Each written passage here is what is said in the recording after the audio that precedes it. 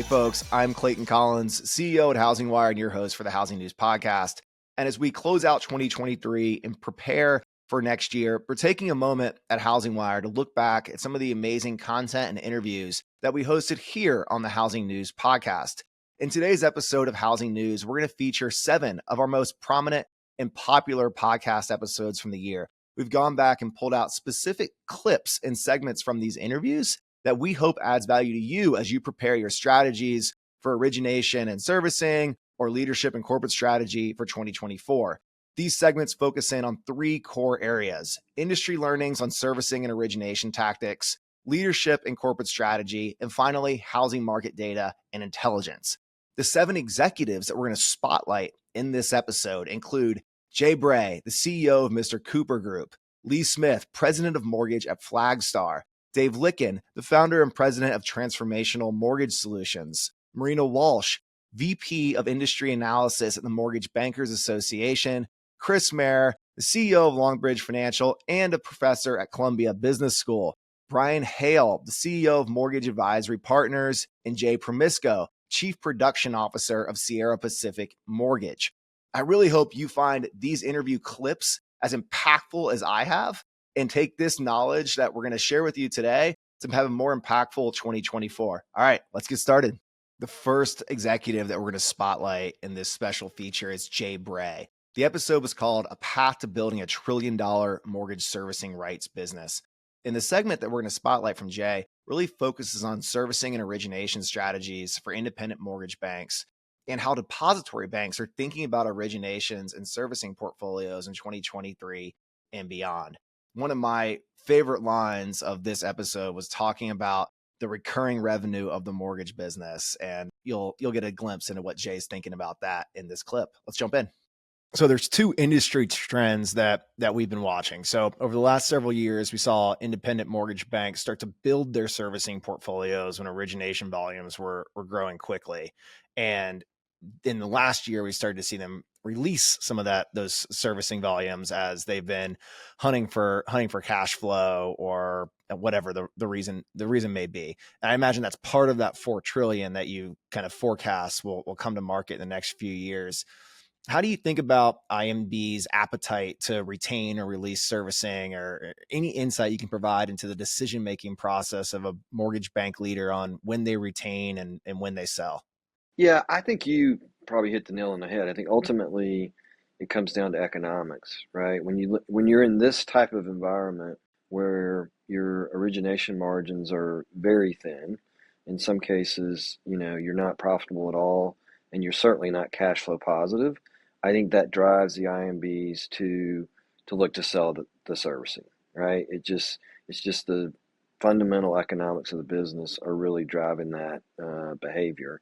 And that, to your point, that's where we see, massive opportunity, both from a legacy standpoint, so where they did retain in the past, as well as the current production. And I think it's pretty much that simple. I mean, it's just very difficult to retain servicing in this type of environment. If you're not making a ton of money in originations and you're not generating positive cash flow. Do you think it's a smart strategy though? Like if you're a originations focused mortgage bank leader, the servicing portfolio is gold. Like that's the recurring revenue of the mortgage industry. So like if I'm running a big retail mortgage bank, is it just smarter to like cut to the bone on the origination side and keep the servicing portfolio? Like how do you think of that, like from a business strategy? Well, obviously we're all about the balanced business model. So from our perspective, we think the balanced business model is the right way to go. We love it. And to your point, in this market, in this environment, we are, the servicing business is just it's amazing. And so, yeah, I think if you can retain the servicing, I think that's the wise choice, because when inevitably we're going to enter a cycle like we're in now, and that's going to really be, your anchor to kind of get you through that. Now, I would say, for some originators, servicing's not an easy business, right? Servicing is a pretty complicated business. It takes a lot of investment. You need scale. And so, I think for some operators and originators are like, look, I don't want to deal with that, right? I really don't want to make those investments and continue to have to make those investments. So I'd rather just stay in my lane. And when times are good, I will originate. And when they're not, I'll hunker down, sell the servicing, and try to make it through to the other side. But having a choice, I think you certainly want to keep the servicing. It just makes sense to me. The other big trend we're watching is the activities of depositories. I recently had Lee Smith from Flagstar on this podcast, and he talked about some of the advantages of their recent acquisition by NYCB and what that's opened up from a balance sheet perspective. And as a leader of a mortgage bank inside of a depository, Lee has some strong views on the advantages of being a bank in the mortgage industry. How do you think of banks' positions as originators or holders of MSRs? Is that I think that's a trend that we'll see? Like we saw kind of a reversal, right? Where the banks weren't as active in mortgage. Do you think that's a trend that will reverse itself and we'll see more activity from the depository side? I do not, actually. I think it's you'll see the trend continue where mortgage will certainly be a product, but I don't think you're going to see significant investment in MSRs. I don't think you're going to see, significant investment in their servicing platforms. I just don't see that trend reversing. And with the new proposed capital rules, I think that only exacerbates, the issue and will lead more institutions to start thinking about, hey, we probably need to sell some MSRs. So that's if you think about when we think about the 4 trillion, obviously a big piece of that's IMBs, but we also think, we know there's a couple large institutions selling MSRs as we speak, and I think there more will join that list. The last episode with Jay Bray referenced an interview with Lee Smith. And in this spotlight episode with Lee that I recorded in July, Lee and I spent time discussing the muscle that you flex to really focus on profitability while also balancing the emphasis on profitable growth and consolidating market share. My favorite part of this interview are Lee's comments on leadership, teamwork, and communication. Take a listen. So I want to get into talking about the banking industry and regulation, but before we move on from this topic of being too excitable as an executive, how have you helped kind of bring that even keel nature to other leaders and executives inside the organization, and kind of like what's kind of been like your leadership and communication style that helps drive a steady ship? Yeah, no, that's a great question. So first and foremost, I'm a big believer in teamwork, and I played a lot of sport when I was younger, and we're much stronger together. And you'll hear a lot of people talk about teamwork, but when we talk about teamwork, it's about being collaborative, helping each other be as successful as we can possibly be. It's about being communicative. I'm a big believer that communication isn't just top down, it's bottoms up and it's across. If we share information, we're stronger. Knowledge is power. And so I want to make sure the team has the tools and the platform to be as successful as they can possibly be. But I need the team to tell me what they need. And so we're very communicative. And we're transparent. I believe that anybody should be able to go and talk to anybody about anything at any time. And so when we talk about teamwork, it's around collaboration, communication, and transparency. And then I think the other two values that we really do believe in are providing great service. We always talk about going that extra mile for our customers. And when I talk about customers, that doesn't just apply to our external customers. It's how we treat each other internally. You want to treat everybody with respect. Treat people how you would want to be treated. And I think that starts to then build the next value, which is trust.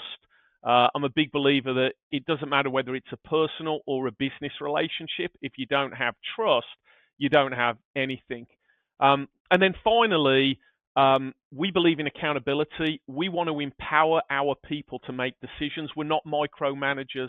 As I mentioned, we want to give the team the tools and the platform to be as successful as they can be. And good people make good decisions. So at Flagstar, we're a big believer in Good to Great by Jim Collins. And that talks about putting the right people in the right seats on the bus. you empower them to make decisions, they'll make good decisions, and they'll do what's good for the organization. And so those are some of the values and the culture that we believe in, that also facilitates that team-oriented approach and keeps everybody calm. On the topic of leadership, I'd be amiss not to spotlight this episode with Dave Lykken, the founder and president of Transformational Mortgage Solutions. This episode was titled A Game of 6 Inches with Dave Lykken, and we talk a lot about leadership. In the episode, Dave shares some anecdotes about Casey Crawford of Movement Mortgage and Matt Ishbia of UWM. Thinking of these two gentlemen, it becomes pretty clear that both of them were very competitive athletes earlier in their lives. And we talk a lot about how that transition from being athlete to executive impacts executive strategy and some of the outcomes that these two executives have been able to deliver. I hope you enjoyed this clip with Dave Lykken. Dave, it's interesting, the two examples you shared. I'm thinking about these two gentlemen, Casey Crawford and Matt Ishbia, and one of the things they have in common is both of them are former athletes at the highest level. Casey playing in the NFL, Matt being a former national championship winning basketball player. Do you think there's something there and like that athletic background and what these two gentlemen have built in their respective organizations? I think it has more to do with attitude and overcoming adversity. I was just recently with Casey. He spoke at an event that I was attending in Denver, and we pulled aside, and he was very gracious to give me a good amount of time. We get together every chance we get together. We're going to get together. We talk about those earlier days. Same thing with Matt. It's certainly because they haven't faced, just because they're athletes and because they've had success. And in both cases, they're good looking, dynamic, wonderful personalities. And so you'd say, well, that's how they got to be successful. No, the problems that hit the market have hit the industry, have hit them as hard. And in some cases, I could think of specific stories. It's hit them harder because of the success they started growing and enjoying. So in those times, I think it's more about golf and mortgage lending is a game of 6 inches. It's what's going on between your ears. How are you thinking? And I think athletes have a mindset that is an overcoming mindset. Obstacles are challenges. Obstacles are not going to take me out. And they focus on that. So I would say the common denominator is a mindset, a competitive attitude. I will not be taken out. This difficulty will not get me. And Casey shared a story and I'll never forget one of the stories he allows me to tell was there when he first launched the business. He didn't start making money right out of the gate. In fact, he was losing a significant amount. And his wife, Michelle, says, honey, I know you really think you're supposed to be doing this, but this is costing us all. It's draining us. What are you thinking? And he cried out and says, I thought I was supposed to be doing this. And he literally, the way he tells the story, can't remember if he called me and then saw the rainbow or saw the rainbow and then called me. I don't know, but I'd already been working with him, but he had gone away. And one of the things he said is, there's ever a mistake I've made is not picking up the phone enough and calling. I think it's in times of difficulty, do we need to reach out more so than ever? Volume's down. Do I need a consult? Do I need a coach? Should I do both of those things? And the answer is yes, more than ever. And that's the time you can least afford it. Casey reached back out. I gave him suggestions, change these 3 things. It sound like take 3 aspirin or take a couple aspirin, get a good night's rest and call me in the morning. Dr. Mortgage over here. It felt like that. I was chuckling when I said it. One of my business partners in the car, and he goes, that sounded like a prescription more than advice. And it turned the corner for him, though. I think it's oftentimes you look at a big train. You can keep a train moving by just putting a rock about the size of a quarter in front of one of those big wheels. It can't get moving, but once it's moving, that rock doesn't stand a chance in that. And I think it's keeping us in motion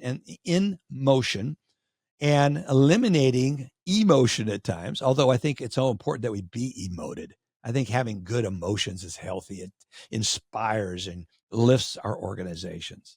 So back on that analogy of mortgage banking and golf or game of 6 inches, I think when you think about entrepreneurs and business builders across any industries, there's probably a a temptation to lean toward like there's some skills or values or something that an entrepreneur is born with that helps make them successful. But it sounds like you're kind of pointing at a scenario where a coach, advisor, consultant can help harness the right mindset, help executives harness the right mindset to think in 6-inch increments instead of potentially being paralyzed by a world of options or inaction. Can you talk about how you've helped executives harness, or advice that you have that helps executives harness that game of 6 inches mentality? Well, we first of all get down to identifying what is the real issue. And that we blow things up. The old saying, we made mountains out of molehills. We have to first of all identify what is the real issue. Is it a fear? Is it a real significant issue? Let's get down to it. And it's oftentimes when I find when you really get down to it, it's things that have been allowed to grow out of perspective or out of control. And when we get it down to that perspective and we get it down to that, for one thing I say is, when were you last happy? When did you last have peace? When did you have joy over your business? And so that's one way we help them we start at where they're at and try to work back, bring me back to that place. And they say, what was it that stole your joy, stole your excitement, your enthusiasm for what you're doing? And it almost brings us back to, and there's like epiphany. They go like, oh my gosh, I remember it. And it's at that moment. And we start there. And we start working around forming a different construct. Oftentimes it's a bad report or something that we heard and believed that wasn't true. I know. When you ask executives today, like what might be the thing that was when they were last happy, is the answer ever, I was last happy when rates weren't 7%? Or like, is it often usually something that's in their own it's business or mindset? Well, certainly market conditions, external conditions certainly can have play on your head pretty well. You say, well, if rates would go back down, well, we're never been in control rates. I mean, if you look at where interest rates are at, we're more at a median where things have been. I'm looking at Michael Fratantoni's latest economic summary that they had last week. And we're looking at interest rates getting back down. Les Park, who's on one of the guys on my podcast, is talking about interest rates being down in the high 5s to 5 3/4 is what he's anticipating by year end. Even now, MBA is coming back and saying we're going to see interest rates start coming down. What that does not equate is that we're going to start having a massive amount of volume. Inman reported last week or the week before, I'm not sure which it was, just recently reported that I think it was 90+% of Americans have interest rates below 6%. Well, what's the implication of that? Is that there's no refinances coming back anytime soon. And then the next part, he says, well, if that wasn't enough, 82% of Americans have interest rates below 5%. Well, even if we get down to 5 3/4, as some of are projecting, is that really going to help us? Well, what they failed to look at, it's again, this is the example of the 6 inches. What we're looking at is we're looking at the headline. And now it's time to talk data. This segment is from an amazing podcast episode with Marina Walsh, recorded in July. So let's take some context here. We're in December. This is from July. A lot of the learnings hold very true, but some things have changed in the market. Marina is the vice president of industry analysis at the Mortgage Bankers Association. And this conversation focuses on the MBA's profitability studies. In this specific segment, Marina talks about how the sheer change in rates and volume have driven decision-making and expense profiles for lenders. Take a listen. A big theme we've been trying to hit on is the lenders who position themselves. And you referenced earlier, the independent mortgage banks who got their P&Ls in shape last summer. It was ugly at the time, right? Like there were headlines about layoffs and cost reductions. And I think some of the players who were super early in sensing where the market was going, they looked weak when they did major headcount reductions. But in the end, or where we are today, they positioned themselves to play offense and actually have the cash reserves to stay in the game longer than their competition. Yeah, but it's hard. I go to these conferences and folks, I feel like they're going to start throwing rotten tomatoes at me because I show these charts that show this, study high $13,000 per loan in costs. And it's just it's really hard because many of them say, Marina, we're down to the bone. We need our loan officers in place in order to get production in the door. So there's only so much cutting that we can do. And we did have another chart of the week that I think, Clayton, is really interesting that looks at those per loan figures $13,000 per loan in losses versus same store gross expense reduction. And if you look from peak to trough, there's been expense reduction of 58%, based on our quarterly performance report. 13,000 is the cost to originate, but the loss has been in like the 2,800 range in Q4 and Sure. 2,000 range in Q1. Mm-hmm. Yeah. Okay. Yeah. It's been in that range. I like thinking about net production income in terms of basis points, but negative 68 basis points. But again, in terms of gross costs, 58% drop, from peak to trough in terms of where we are. So it's not as if these companies have just been sitting around twiddling their thumbs. It's just the sheer change over such a short period of time. 10 Fed funds rate cuts, or increases rather. Oh, goodness, we wish. Increases plus potentially another. If you just think about this, the sheer change in volume, and it's even more pronounced when you look at units instead of dollar volume. If you look at the unit count, which by the way, MBA is tracking now, it's even more of a decline. So just in 2023, we're talking about a 26% decline in units. So the unit volume in 2023 will be the lowest in over 2 decades. We went back and started to look at that. So, it's just, I hate to use the word unprecedented because it's used over and over again. But again, I have never seen anything like this. It's just, it's definitely a different environment. I thought in 2008, 9, 10, when we had the Great Recession, we did have a period in which rates were dropping. We had HARP volume, we had HAMP volume, there was volume coming in. But this is just, again, a different situation, with low housing inventory, just no housing inventory out there. There's plenty of demand. I think even with rates where they are now, I remember when I got my rate back in year 2000 and it was, maybe 6.75. And I said, woohoo, 6.75. That's great, But, we have this situation, the structural undersupply of housing, which is adding another twist to things, a huge twist. This segment features one of my favorite executives from 2023, Chris Mayer, the CEO of Longbridge Financial, and also a professor at Columbia Business School. The episode focused on housing policy, securitization, and building the nation's largest wholesale reverse mortgage lender. But what we're really going to spotlight today is Chris's perspectives as an executive and economist and how that flows through to how he leads his organization and operates his business. I hope you enjoy this expertise from Chris Mayer. In the 80s, how did the Fed respond at this stage of the cycle in relation to monetary policy? Because it sounds to me like reversing course could reduce some of the pressure. But how did they respond then? And how do you anticipate they'll respond this time? I mean, Volcker became famous by pushing rates up higher for longer to fight and stop inflation dead. And so what the Fed is saying about inflation is what the Fed did.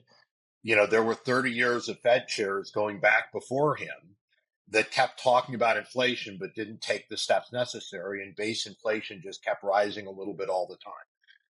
I will say that one difference between the economy now versus the economy then is that labor markets are just different. At that time, you had a lot more union labor in the 60s, 70s, even 80s. So when the union signs a contract, when inflation is high, unions sign contracts and wages go up by, 5% a year, 7% a year instead of 2 or 3% a year. That embeds wage growth into the economy in ways that we don't see so much today.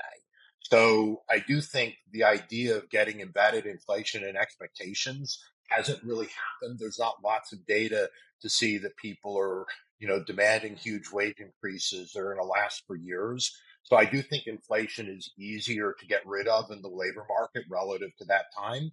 And so we face, in that sense, it's sort of good news that, rate increases are helpful.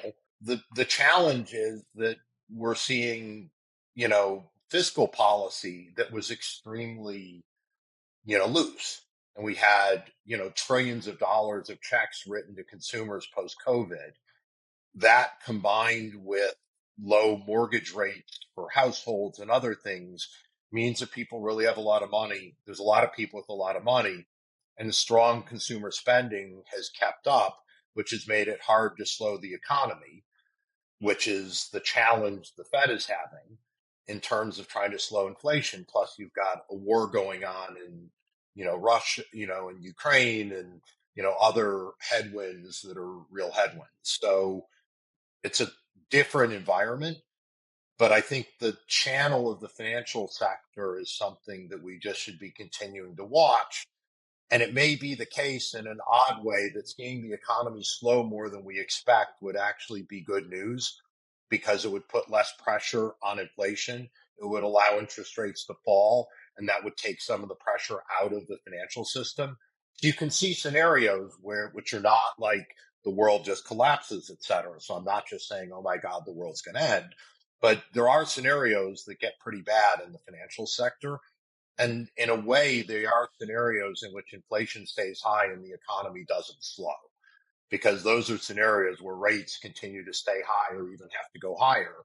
And those are things where you then have pressure in the banking system, which then, has problems, which eventually lead to a more abrupt challenges. So it's a risky time at the moment. It's hard to, as a housing professional, to kind of square off what's happening in housing versus the rest of the economy, where we're still in this incredibly low unemployment environment. We still have inflation. The economy is still humming. But mortgage and real estate, we've seen volume fall off a cliff over the last 11, 12 months, put intense pressure on mortgage lender P&Ls, put people out of business, move people into forced consolidation scenarios. We're seeing drastic headcount reductions across the industry. So it is it takes kind of like taking off the glasses for a second to be like, oh, this is what's happening in our little corner of the ecosystem here, and we still have a relatively humming economy in like the broader U.S. economy, and then we have this like banking / commercial real estate crisis like sitting on the horizons. There's a lot of pieces moving. Sometimes it's hard to like take off the mortgage hat for a minute and see everything else that's happening in the ecosystem. Right. I mean, one of the things I really enjoy about my career and what I do is, by being, by teaching at Columbia, by continuing to keep a foot in the door, there's a lot of things I learn and continue to be able to do. And I do think that I'm lucky in the sense to be able to kind of talk to people and see sort of a broader perspective on how things operate. And it helps me as a CEO make decisions that are different. There have been a lot of financial stress on the companies in the reverse mortgage business. And for me to be able to, one of the things we learned coming out of 2008 is the risks that duration mismatch and that securitization place on balance sheets of non-bank lenders. And we as a company, Longbridge, have been very careful in working with our parent Ellington to be careful not to load up our balance sheet and to take the kinds of risks that put the company at risk that have other, that participants in this industry have done differently. And those were real lessons that came from, from my background, from our background. Ellington very much thinks about the world the same way we do. There are real lessons you can learn. And sometimes folks in business tend to be more narrowly focused on what's going on in my little area of the world, what's going on and what I'm doing. And seeing the world a little bit more broadly can be helpful in trying to run a company, not only in the financial side, on the technology side, all the different kinds of things that you're often reporting on.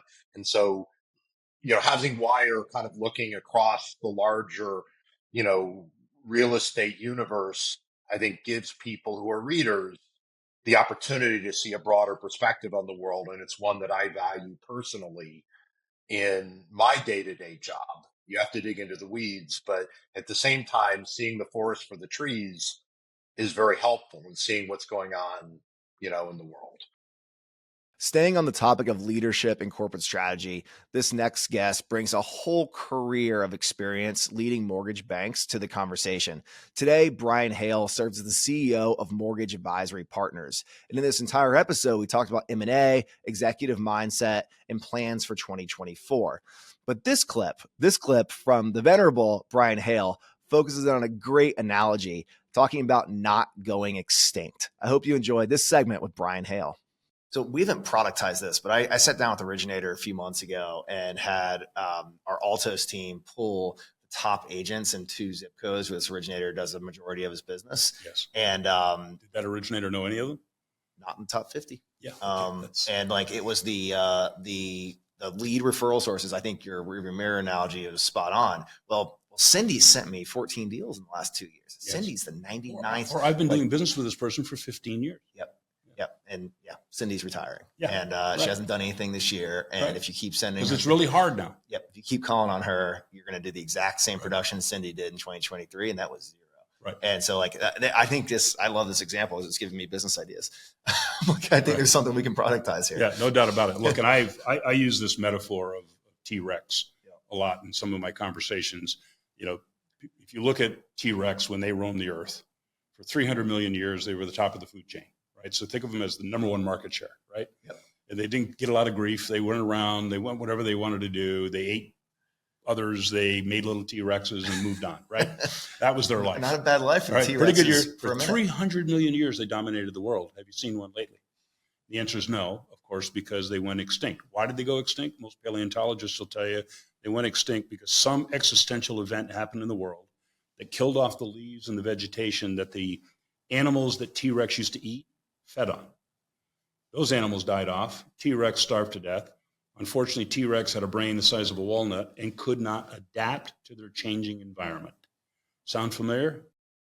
And the final spotlight from our top episodes of 2023 in the Housing News podcast is a special episode that I recorded this month with Jay Promisco, the Chief Production Officer of Sierra Pacific Mortgage. This is an episode that I had planned before I even found the guest, and our community at HousingWire helped surface Jay as an expert on building teams in very challenging environments and creating cohesion between sales and operations teams. I really hope this segment with Jay Promisco helps set the tone for your plans for 2024. All right, Jay, we're looking out to 2024 right now. As much as we should be making commitments and providing transparency year round, this is the time of year where people recommit to their commitment. So as you think about your leadership style and what you want to bring to your organization, the industry in 2024, what are your leadership commitments you want to put out there as we wrap up this conversation and hope to help the industry with some cultural reminders that will make us all better? Yeah, first of all, for the whole industry, it's exceptionally bright out there. There is a lot of momentum going in to 24 and 25. Again, I'm long term, so I don't really care what happens in January, February. I really don't.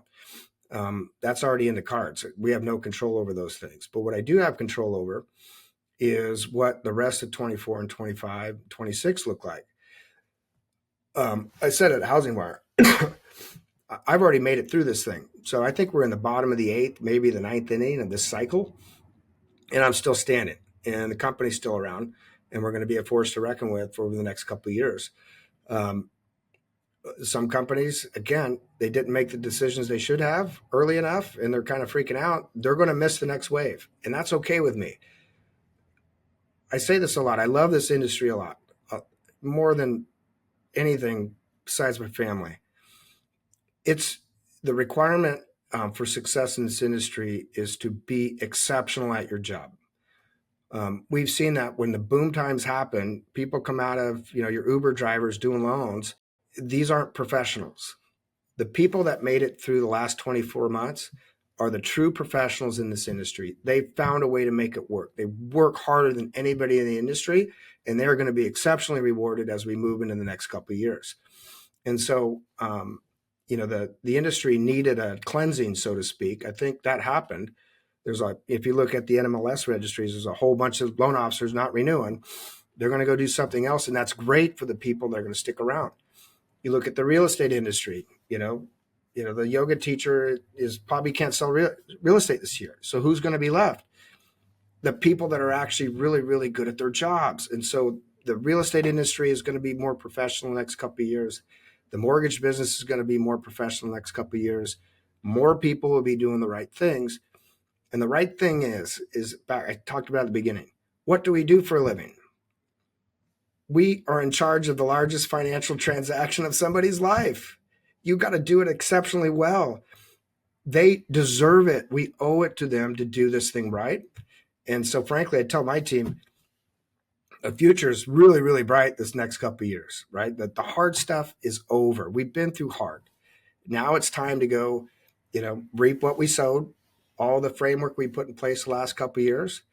And maybe 24 is a little better, but at some point there's another market out there that we're going to be ready to attack. So that's what I would tell my team. That's what I would tell anybody that's left standing in this business. Continue to work at your craft, continue to get better every day, help your team members get better every day, hire a bunch of smart people, and your life will be really, really good. All right, folks, that is a wrap on our recap for Housing News 2023. We had phenomenal guests, 52 of them to be exact, and these 7 are just a small representation of the incredible expertise that our housing industry professionals brought forward on this podcast. I really hope you're excited for what 2024 has to bring on this show and inside of your business.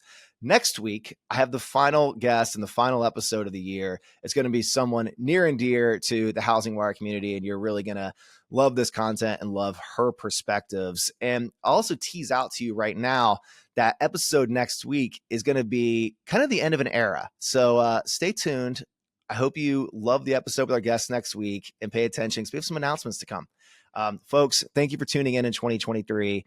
We appreciate your support and listens. And also, please rate us on Apple Podcasts. We really appreciate that. Great holidays.